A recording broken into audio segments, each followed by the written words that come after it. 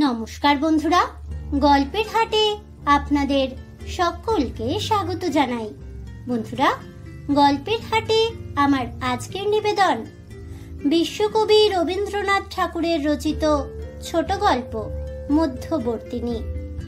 গল্পটি শুনে ভালো লাগলে অবশ্যই ভিডিওটি লাইক, কমেন্ট, শেয়ার আর আমার চ্যানেলটিকে সাবস্ক্রাইব করে দেবেন। তাহলে চলুন বন্ধুরা, গল্পটি শুরু করা যাক।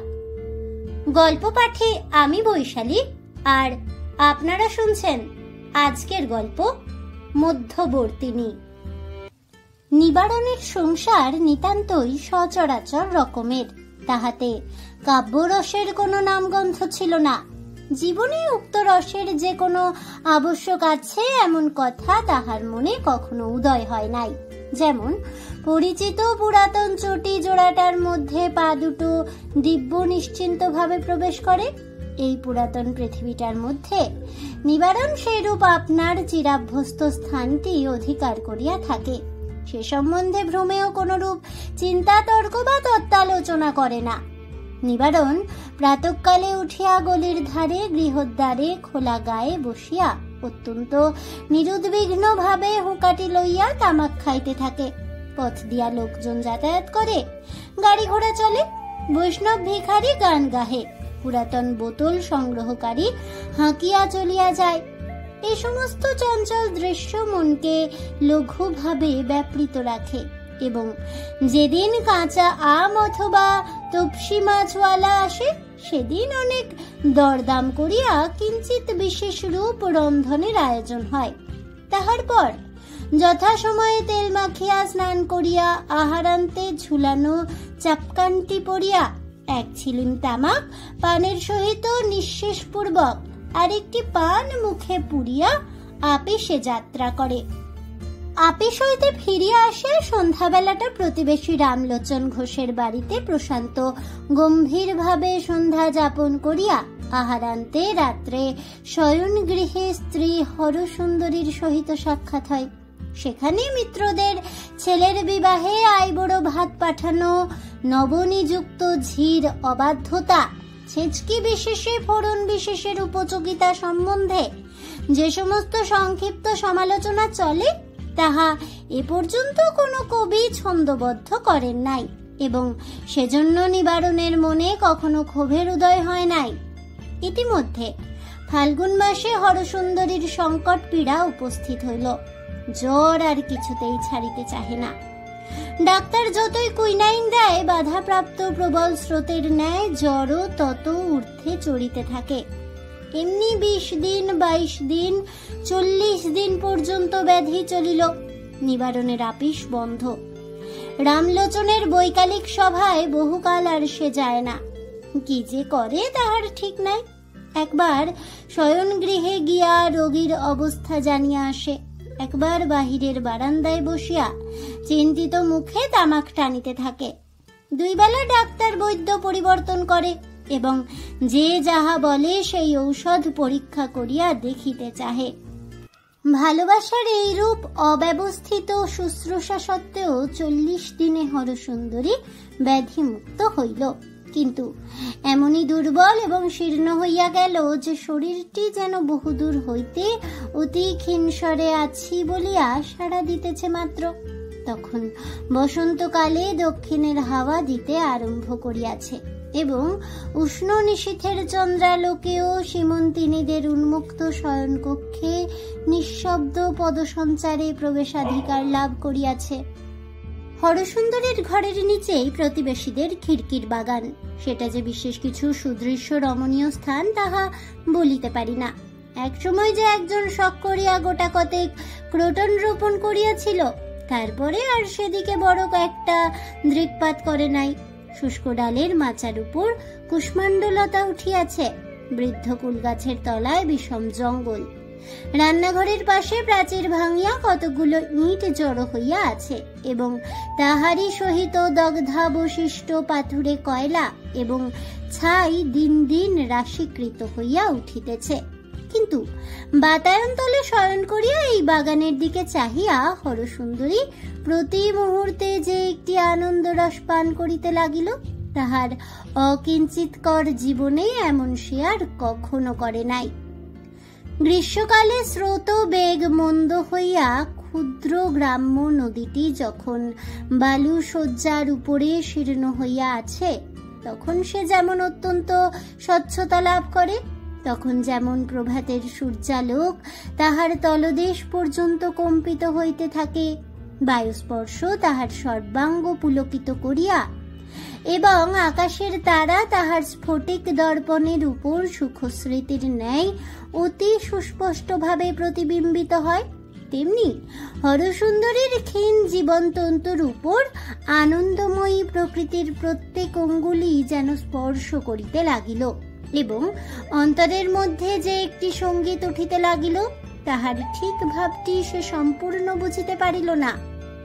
এমন সময় তাহার স্বামী যখন পাশে বসিয়া জিজ্ঞাসা করিত, কেমন আছো, তখন তাহার চোখে যেন জল উছলিয়া উঠিত। রোগশীর্ণ মুখে তাহার চোখ দুটি অত্যন্ত বড় দেখায়। সেই বড় বড় প্রেমাদ্র সকৃতজ্ঞ চোখ স্বামীর মুখের দিকে তুলিয়া শীর্ণ হস্তে স্বামীর হস্ত ধরিয়া চুপ করিয়া পড়িয়া থাকিত। স্বামীর অন্তরেও যেন কোথা হইতে একটা নূতন অপরিচিত আনন্দ রশ্মি প্রবেশ লাভ করিত। এইভাবে কিছুদিন যায়।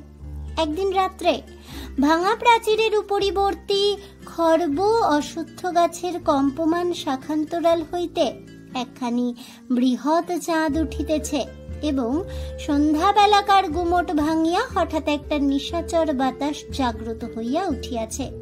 এমন সময় নিবারণের চুলের মধ্যে অঙ্গুলি বুলাইতে বুলাইতে হরসুন্দরী কহিল, আমাদের তো ছেলেপুলে কিছুই হইল না, তুমি আরো একটি বিবাহ করো। হরসুন্দরী কিছুদিন হইতে এই কথা ভাবিতেছিল। মনে যখন একটা প্রবল আনন্দ, একটা বৃহৎ প্রেমের সঞ্চার হয়, তখন মানুষ মনে করে আমি সব করিতে পারি। তখন হঠাৎ একটা আত্মবিসর্জনের ইচ্ছা বলবতী হইয়া উঠে। স্রোতের উচ্ছ্বাস যেমন কঠিন তটের উপর আপনাকে সবেগে মূর্ছিত করে, তেমনি প্রেমের আবেগ, আনন্দের উচ্ছ্বাস একটা মহৎ ত্যাগ, একটা বৃহৎ দুঃখের উপর আপনাকে যেন নিক্ষেপ করিতে চাহে। সেরূপ অবস্থায় অত্যন্ত পুলকিত চিত্তে একদিন হরসুন্দরী স্থির করিল, আমার স্বামীর জন্য আমি খুব বড় একটা কিছু করিব। কিন্তু হায়, যতখানি সাধ ততখানি সাধ্য কাহার আছে? হাতের আছে কি আছে, কি দেওয়া যায়? ঐশ্বর্য নাই, বুদ্ধি নাই, ক্ষমতা নাই, শুধু একটা প্রাণ আছে। সেটাও যদি কোথাও দিবার থাকে এখনই দিয়া ফেলি, কিন্তু তাহারই বা মূল্য কি? আর স্বামীকে যদি দুগ্ধ ফেনের মতো, শুভ্র নবনীর মতো, কোমল শিশু কন্দর্পের মতো সুন্দর একটি স্নেহের পুত্তলি সন্তান দিতে পারিতাম, কিন্তু প্রাণপণে ইচ্ছা করিয়া মরিয়া গেলে ও তো সে হইবে না। তখন মনে হইল স্বামীর একটি বিবাহ দিতে হইবে। ভাবিল, স্ত্রীরা ইহাতে এত কাতর হয় কেন? এ কাজ তো কিছুই কঠিন নয়। স্বামীকে যে ভালোবাসে সপত্নীকে ভালোবাসা তাহার পক্ষে কি এমন অসাধ্য? মনে করিয়া বক্ষস্ফীত হইয়া উঠিল। প্রস্তাবটা প্রথম যখন শুনিল নিবারণ হাসিয়া উড়াইয়া দিল। দ্বিতীয় এবং তৃতীয়বারও কর্ণপাত করিল না। স্বামীর এই অসম্মতি, এই অনিচ্ছা দেখিয়া হরসুন্দরীর বিশ্বাস এবং সুখ যতই বাড়িয়া উঠিল, তাহার প্রতিজ্ঞাও ততই দৃঢ় হইতে লাগিল।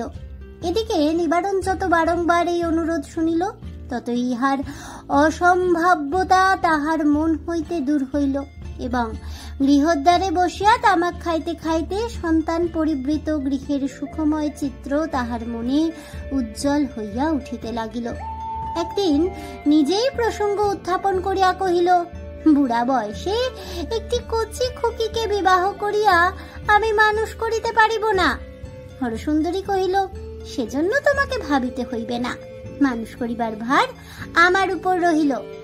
বলিতে বলিতে এই সন্তানহীনা রমণীর মনে একটি কিশোর বয়স্কা সুকুমারী লজ্জাশীলা মাতৃক্রোড় হইতে সদ্য বিচ্যুতা নববধূর মুখচ্ছবি উদয় হইল এবং হৃদয় স্নেহে বিগলিত হইয়া গেল।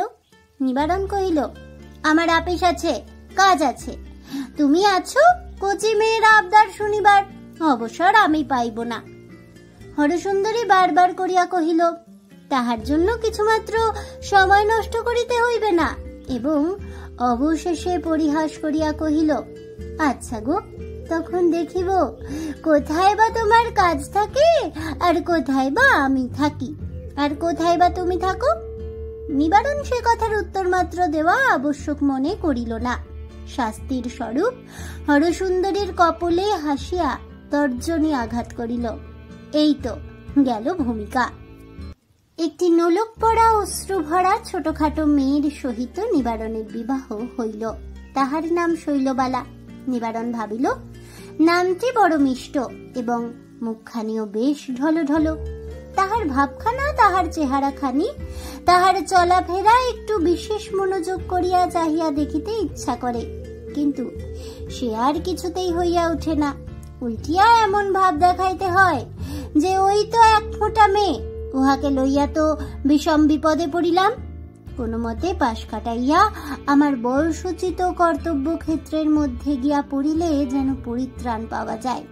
হরসুন্দরী নিবারণের এই বিষম বিপদগ্রস্ত ভাব দেখিয়া মনে মনে বড় আমোদ বোধ করিত। এক একদিন হাত ধরিয়া চাপিয়া বলিত, আহা, পালাও কোথায়, ওইটুকু মেয়ে, ও তো আর তোমাকে খাইয়া ফেলিবে না। নিবারণ দ্বিগুণ শশব্যস্ত ভাব ধারণ করিয়া বলিত, আরে রসো রসো, আমার একটু বিশেষ কাজ আছে, বলিয়া যেন পালাইবার পথ পাইত না। হরসুন্দরী হাসিয়া দাঁড় আটক করিয়া বলিত, আজ ফাঁকি দিতে পারিবে না। অবশেষে নিবারণ নিতান্ত নিরুপায় হইয়া কাতর ভাবে বসিয়া পড়িত। হরসুন্দরী তাহার কানের কাছে বলিত, আহা, পরের মেয়েকে ঘরে আনিয়া অমন হতশ্রদ্ধা করিতে নাই। এই বলিয়া শৈলবালাকে ধরিয়া নিবারণের বাম পাশে বসাইয়া দিত এবং জোর করিয়া ঘোমটা খুলিয়া ও চিবুক ধরিয়া তাহার আনত মুখ তুলিয়া নিবারণকে বলিত, আহা, কেমন চাঁদের মতো মুখখানি দেখো দেখি। কোনদিন বা উভয়কে ঘরে বসাইয়া কাজ আছে বলিয়া উঠিয়া যাইত এবং বাহির হইতে ঝনাত করিয়া দরজা বন্ধ করিয়া দিত। নিবারণ নিশ্চয় জানিত দুটি কৌতূহলী চক্ষু কোনো না কোনো ছিদ্রে সংলগ্ন হইয়া আছে। অতিশয় উদাসীন ভাবে পাশ ফিরিয়া নিদ্রার উপক্রম করিত। শৈলবালা ঘোমটা টানিয়া গুটিসুটি মারিয়া মুখ ফিরাইয়া একটা কোণের মধ্যে মিলাইয়া থাকিত। অবশেষে হরসুন্দরী নিতান্ত না পারিয়া হাল ছাড়িয়া দিল, কিন্তু খুব বেশি দুঃখিত হইল না। হরসুন্দরী যখন হাল ছাড়িল তখন স্বয়ং নিবারণ হাল ধরিল। এ বড় কৌতূহল, এ বড় রহস্য। এক টুকরা হীরক পাইলে তাহাকে নানাভাবে নানা দিকে ফিরাইয়া দেখিতে ইচ্ছা করে। আরে একটি ক্ষুদ্র সুন্দর মানুষের মন বড় অপূর্ব।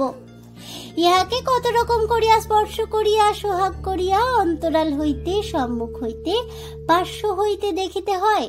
কখনো একবার কানের দুলে দোল দিয়া, কখনো ঘোমটা একটুখানি টানিয়া তুলিয়া, কখনো বিদ্যুতের মতো সহসা সচকিতে, কখনো নক্ষত্রের মতো দীর্ঘকাল এক দৃষ্টে নব নব সৌন্দর্যের সীমা আবিষ্কার করিতে হয়। ম্যাকমোরান কোম্পানির আপিসের হেডবাবু শ্রীযুক্ত নিবারণ চন্দ্রের অদৃষ্টে এমন অভিজ্ঞতা ইতিপূর্বে হয় নাই। সে যখন প্রথম বিবাহ করিয়াছিল তখন বালক ছিল, যখন যৌবন লাভ করিল তখন স্ত্রী তাহার নিকট চির পরিচিত, বিবাহিত জীবন চিরাভ্যস্ত। হরসুন্দরীকে অবশ্যই সে ভালোবাসিত, কিন্তু কখনোই তাহার মনে ক্রমে ক্রমে প্রেমের সচেতন সঞ্চার হয় নাই। একেবারে পাকা আম্রের মধ্যেই যে পতঙ্গ জন্ম লাভ করিয়াছে, যাহাকে কোনো কালে রস অন্বেষণ করিতে হয় নাই, অল্পে অল্পে রসাস্বাদ করিতে হয় নাই, তাহাকে একবার বসন্তকালের বিকশিত পুষ্পবনের মধ্যে ছাড়িয়া দেওয়া হোক দেখি। বিকচন মুখ গোলাপের আধখোলা মুখটির কাছে ঘুরিয়া ঘুরিয়া তাহার কি আগ্রহ। নিবারণ প্রথমটা কখনো বা একটা গাউন পরা কাঁচের পুতুল, কখনো বা এক শিশি এসেন্স, কখনো বা কিছু মিষ্ট দ্রব্য কিনিয়া আনিয়া শৈলবালাকে গোপনে দিয়া যাইত। এমনি করিয়া একটুখানি ঘনিষ্ঠতার সূত্রপাত হয়। অবশেষে কখন একদিন হরসুন্দরী গৃহকার্যের অবকাশে আসিয়া দ্বারের ছিদ্র দিয়া দেখিল নিবারণ এবং শৈলবালা বসিয়া কড়ি লইয়া 10-25 খেলিতেছে। বুড়া বয়সের এই খেলা বটে। নিবারণ সকালে আহারাদি করিয়া যেন আপিসে বাহির হইল, কিন্তু আপিসে না গিয়া অন্তঃপুরে প্রবেশ করিয়াছে। এ প্রবঞ্চনার কি আবশ্যক ছিল? হঠাৎ একটা জ্বলন্ত বজ্রশলাকা দিয়া কে যেন হরসুন্দরীর চোখ খুলিয়া দিল। সেই তীব্র তাপে চোখের জল বাষ্প হইয়া শুকাইয়া গেল। হরসুন্দরী মনে মনে কহিল, আমি তো উহাকে ঘরে আনিলাম, আমি তো মিলন করাইয়া দিলাম, তবে আমার সঙ্গে এমন ব্যবহার কেন, যেন আমি উহাদের সুখের কাঁটা। হরসুন্দরী শৈলবালাকে গৃহকার্য শিখাইত। একদিন নিবারণ মুখ ফুটিয়া বলিল, ছেলে মানুষ, উহাকে তুমি বড় বেশি পরিশ্রম করাইতেছ, উহার শরীর তেমন সবল নহে। বড় একটা তীব্র উত্তর হরসুন্দরীর মুখের কাছে আসিয়াছিল, কিন্তু কিছু বলিল না। হরসুন্দরী চুপ করিয়া গেল। সে অবধি বউকে কোনো গৃহকার্যে হাত দিতে দিত না। রাধা বাড়া দেখাশোনা সমস্ত কাজ নিচে করিত। এমন হইল শৈলবালা আর নড়িয়া বসিতে পারে না। হরসুন্দরী দাসীর মতো তাহার সেবা করে এবং স্বামী বিদূষকের মতো তাহার মনোরঞ্জন করে। সংসারের কাজ করা, পরের দিকে তাকানো যে জীবনের কর্তব্য, এ শিক্ষাই তাহার হইল না। হরসুন্দরী যে নীরবে দাসীর মতো কাজ করিতে লাগিল, তাহার মধ্যে ভারী একটা গর্ব আছে, তাহার মধ্যে ন্যূনতা এবং দীনতা নাই। সে কহিল, তোমরা দুই শিশুতে মিলিয়া খেলা করো, সংসারের সমস্ত ভার আমি লইলাম। হায়, আজ সে বল কোথায় যে বলে হরসুন্দরী মনে করিয়াছিল স্বামীর জন্য চিরজীবন কাল সে আপনার প্রেমের দাবির অর্ধেক অংশ অকাতরে ছাড়িয়া দিতে পারিবে। হঠাৎ একদিন পূর্ণিমার রাত্রে জীবনে যখন জোয়ার আসে, তখন দুই কুল প্লাবিত করিয়া মানুষ মনে করে আমার কোথাও সীমা নাই। তখন যে একটা বৃহৎ প্রতিজ্ঞা করিয়া বসে, জীবনের সুদীর্ঘ ভাটার সময় সে প্রতিজ্ঞা রক্ষা করিতে তাহার সমস্ত প্রাণী টান পড়ে। হঠাৎ ঐশ্বর্যের দিনে লেখনীর এক আঁচড়ে যে দানপত্র লিখিয়া দেয়, চির দারিদ্রের দিনে পলে পলে তিল তিল করিয়া তাহা শোধ করিতে হয়। তখন বুঝা যায় মানুষ বড় দীন, হৃদয় বড় দুর্বল, তাহার ক্ষমতা অতি যৎ সামান্য।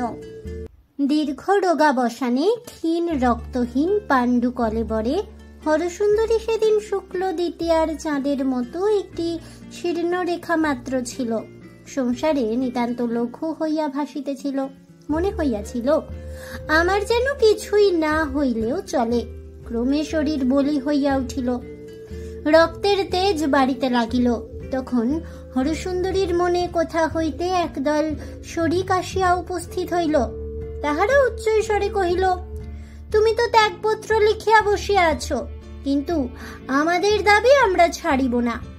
হরসুন্দরী যেদিন প্রথম পরিষ্কার রূপে আপন অবস্থা বুঝিতে পারিল, সেদিন নিবারণ ও শৈলবালাকে আপন শয়ন গৃহ ছাড়িয়া দিয়া ভিন্ন গৃহে একাকিনী গিয়া শয়ন করিল।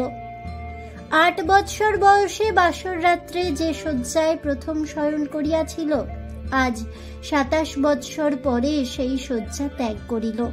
প্রদীপ নিভাইয়া দিয়া এই সধবা রমণী যখন অসহ্য হৃদয় ভার লইয়া তাহার নূতন বৈধব্য শয্যার উপরে আসিয়া পড়িল, তখন গলির অপর প্রান্তে একজন শৌখিন যুবা বেহাগ রাগিনীতে মালিনীর গান গাহিতেছিল, আর একজন বায়া তবলায় সঙ্গত করিতেছিল এবং শত্রুবৃন্দগণ সমের কাছে হা হা করিয়া চিৎকার করিয়া উঠিতেছিল। তাহার সেই গান সেই নিস্তব্ধ জ্যোৎস্না রাত্রে পার্শ্বের ঘরে মন্দ শুনাইতেছিল না।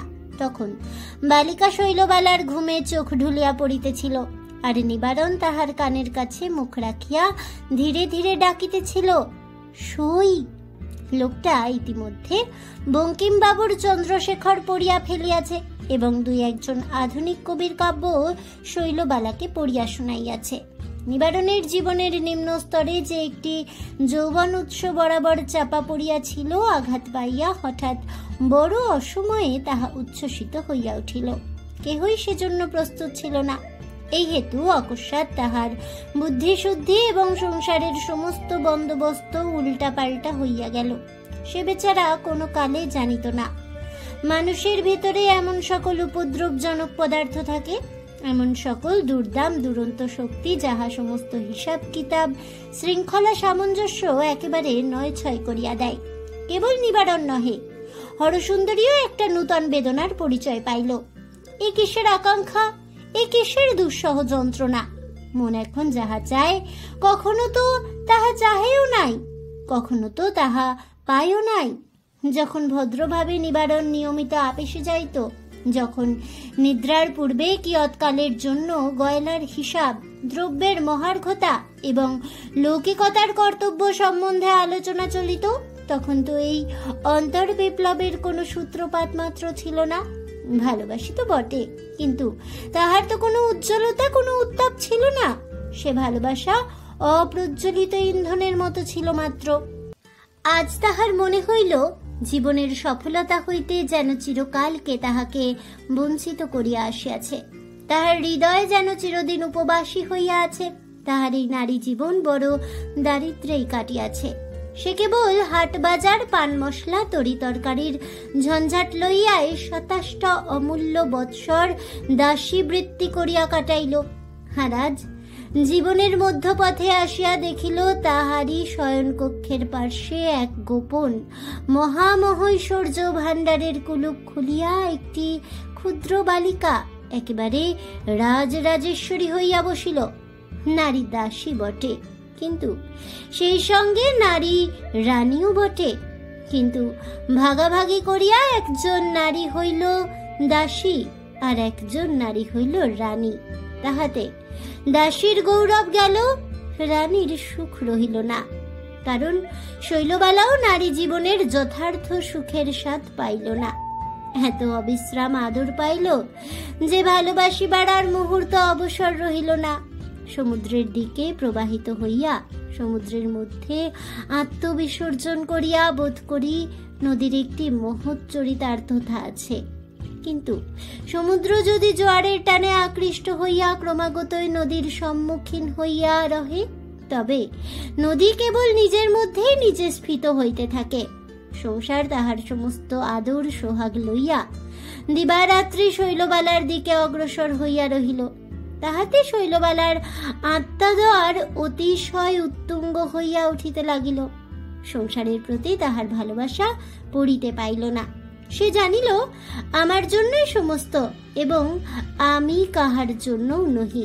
এ অবস্থায় যথেষ্ট অহংকার আছে, কিন্তু পরিতৃপ্তি কিছুই নাই।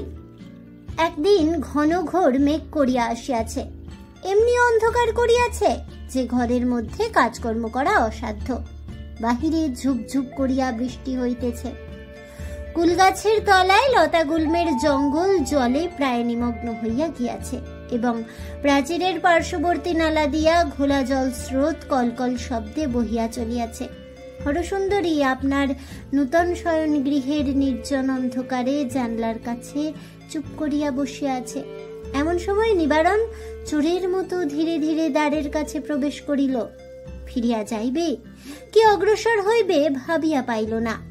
হরসুন্দরী তাহা লক্ষ্য করিল, কিন্তু একটি কথাও কহিল না। তখন নিবারণ হঠাৎ একেবারে তীরের মতো হরসুন্দরীর পার্শ্বে গিয়া এক নিঃশ্বাসে বলিয়া ফেলিল, গোটা কতক গহনার আবশ্যক হইয়াছে। জানো তো, অনেকগুলো দেনা হইয়া পড়িয়াছে। পাওনাদার বড়ই অপমান করিতেছে। কিছু বন্ধক রাখিতে হইবে, শীঘ্রই ছাড়াইয়া লইতে পারিব। হরসুন্দরী কোনো উত্তর দিল না। নিবারণ চোরের মতো দাঁড়াইয়া রহিল। অবশেষে পুনশ্চ কহিল, তবে কি আজ হইবে না? হরসুন্দরী কহিল, না। ঘরে প্রবেশ করাও যেমন শক্ত, ঘর হইতে অবিলম্বে বাহির হওয়াও তেমনি কঠিন। নিবারণ একটু এদিকে ওদিকে চাহিয়া ইতস্তত করিয়া বলিল, তবে অন্যত্র চেষ্টা দেখিয়ে যাই বলিয়া প্রস্থান করিল। ঋণ কোথায় এবং কোথায় গহনা বন্ধক দিতে হইবে হরসুন্দরী তাহা সমস্তই বুঝিল। নববধূ পূর্বরাত্রে তাহার এই হতবুদ্ধি পোষা পুরুষটিকে অত্যন্ত ঝংকার দিয়া বলিয়াছিল, দিদির সিন্দুক ভরা গহনা, আর আমি বুঝি একখানি পড়িতে পাই না। নিবারণ চলিয়া গেলে ধীরে ধীরে উঠিয়া লোহার সিন্দুক খুলিয়া একে একে সমস্ত গহনা বাহির করিল।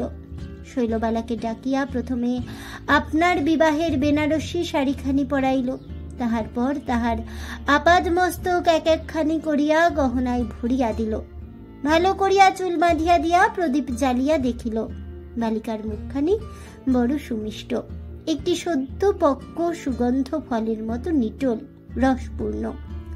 শৈলবালা যখন ঝমঝম শব্দ করিয়া চলিয়া গেল, সেই শব্দ বহুক্ষণ ধরিয়া হরসুন্দরীর শিরায় রক্তের মধ্যে ঝিমঝিম করিয়া বাজিতে লাগিল। মনে মনে কহিল, আজ আর কি করিয়া লইয়া তোতে আমাতে তুলনা হইবে? কিন্তু এক সময়ে আমারও তো ওই বয়স ছিল, আমিও তো অমনি যৌবনের শেষ রেখা পর্যন্ত ভরিয়া উঠিয়াছিলাম। তবে আমাকে সে কথা কেহ জানায় নাই কেন? কখন সেদিন আসিল এবং কখন সেদিন গেল তাহা একবার সংবাদও পাইলাম না। কিন্তু কি গর্বে কি গৌরবে তরঙ্গ তুলিয়াই শৈলবালা চলিয়াছে। হরসুন্দরী যখন কেবলমাত্র ঘরকন্যায় জানিত, তখন এই গহনাগুলি তাহার কাছে কত দামি ছিল। তখন কি নির্বোধের মতো এ সমস্ত এমন করিয়া এক মুহূর্তে হাতছাড়া করিতে পারিত? এখন ঘরকন্যা ছাড়া আর একটা বড় কিসের পরিচয় পাইয়াছে। এখন গহনার দাম, ভবিষ্যতের হিসাব সমস্ত তুচ্ছ হইয়া গিয়াছে। আর শৈলবালা সোনা মানিক ঝকমক করিয়া শয়ন গৃহে চলিয়া গেল। একবার মুহূর্তের তরে ভাবিলও না হরসুন্দরী তাহাকে কতখানি দিল। সে জানিল চতুর্দিক হইতে সমস্ত সেবা, সমস্ত সম্পদ, সমস্ত সৌভাগ্য স্বাভাবিক নিয়মে তাহার মধ্যে আসিয়া পরিসমাপ্ত হইবে। কারণ সে হইল শৈলবালা, সে হইল সই। কেমন করিয়া সে ক্রমে ক্রমে ২৫০০ টাকার তহবিল ভাঙিয়াছে তাহা নিবারণ নিজেই বুঝিতে পারিল না। একেবারে পাগলের মতো হইয়া হরসুন্দরীর কাছে গেল, বলিল, সর্বনাশ হইয়াছে। হরসুন্দরী সমস্ত শুনিয়া একেবারে পাংশুবর্ণ হইয়া গেল। নিবারণ কহিল, শীঘ্র গহনাগুলো বাহির করো। হরসুন্দরী কহিল, সে তো আমি সমস্ত ছোট বউকে দিয়াছি। নিবারণ নিতান্ত শিশুর মতো অধীর হইয়া বলিতে লাগিল, কেন দিলে ছোট বউকে? কেন দিলে? কে তোমাকে দিতে বলিল? হরসুন্দরী তাহার প্রকৃত উত্তর না দিয়া কহিল, তাহাতে ক্ষতি কি হইয়াছে? সে তো আর জলে পড়ে নাই। ভীরু নিবারণ কাতর স্বরে কহিল, তবে যদি তুমি কোনো ছুতা করিয়া তাহার কাছ হইতে বাহির করিতে পারো। কিন্তু আমার মাথা খাও, বলিও না যে আমি চাহিতেছি কিংবা কি জন্য চাহিতেছি। তখন হরসুন্দরী মর্মান্তিক বিরক্তি ও ঘৃণা ভরে বলিয়া উঠিল, এই কি তোমার ছলছুতো করিবার, সোহাগ দেখাইবার সময়? চলো। বলিয়া স্বামীকে লইয়া ছোট বউয়ের ঘরে প্রবেশ করিল। ছোট বউ কিছু বুঝিল না, সে সকল কথাতেই বলিল, সে আমি কি জানি? সংসারের কোনো চিন্তা যে তাহাকে কখনো ভাবিতে হইবে এমন কথা কি তাহার সহিত ছিল? সকলে আপনার ভাবনা ভাবিবে এবং সকলে মিলিয়া শৈলবালার আরাম চিন্তা করিবে। অকস্মাৎ ইহার ব্যতিক্রম হয়, এ কি ভয়ানক অন্যায়! তখন নিবারণ শৈলবালার পায়ে ধরিয়া কাঁদিয়া পড়িল। শৈলবালা কেবলই বলিল, সে আমি জানি না, আমার জিনিস আমি কেন দিব? নিবারণ দেখিল ওই দুর্বল ক্ষুদ্র সুন্দর সুকুমারী বালিকাটি লোহার সিন্দুকের অপেক্ষাও কঠিন। হরসুন্দরী সংকটের সময় স্বামীর এই দুর্বলতা দেখিয়া ঘৃণায় জর্জরিত হইয়া উঠিল। শৈলবালার চাবি বলপূর্বক কাড়িয়া লইতে গেল। শৈলবালা তৎক্ষণাৎ চাবির গোছা প্রাচীর লঙ্ঘন করিয়া পুষ্করিণীর মধ্যে ফেলিয়া দিল। হরসুন্দরী হতবুদ্ধি স্বামীকে কহিল, তালা ভাঙিয়া ফেলো না। শৈলবালা প্রশান্ত মুখে বলিল, তাহা হইলে আমি গলায় দড়ি দিয়া মরিব। নিবারণ কহিল, আমি আর একটা চেষ্টা দেখিতেছি বলিয়া এলো থেলো বেশে বাহির হইয়া গেল। নিবারণ 2 ঘন্টার মধ্যেই পৈতৃক বাড়ি ২৫০০ টাকায় বিক্রয় করিয়া আসিল। বহু কষ্টে হাতে বেড়িটা বাঁচিল, কিন্তু চাকরি গেল। স্থাবর জঙ্গমের মধ্যে রহিল কেবল 2টি মাত্র স্ত্রী। তাহার মধ্যে ক্লেশ কাতর বালিকা স্ত্রীটি গর্ভবতী হইয়া নিতান্ত স্থাবর হইয়াই পড়িল। গলির মধ্যে একটি ছোট স্যাঁতস্যাঁতে বাড়িতে এই ক্ষুদ্র পরিবার আশ্রয় গ্রহণ করিল। ছোট বউয়ের অসন্তোষ এবং অসুখের আর শেষ নাই। সে কিছুতেই বুঝিতে চায় না তাহার স্বামীর ক্ষমতা নাই। ক্ষমতা নাই যদি তো বিবাহ করিল কেন? উপরের তলায় কেবল দুটি মাত্র ঘর। একটি ঘরে নিবারণ ও শৈলবালার শয়নগৃহ, আরেকটি ঘরে হরসুন্দরী থাকে। শৈলবালা খুঁতখুত করিয়া বলে, আমি দিনরাত্রি শোবার ঘরে কাটাইতে পারি না। নিবারণ মিথ্যা আশ্বাস দিয়া বলিত, আমি আর কতটা ভালো বাড়ির সন্ধানে আছি, শীঘ্র বাড়ি বদল করিব। শৈলবালা বলিত, কেন?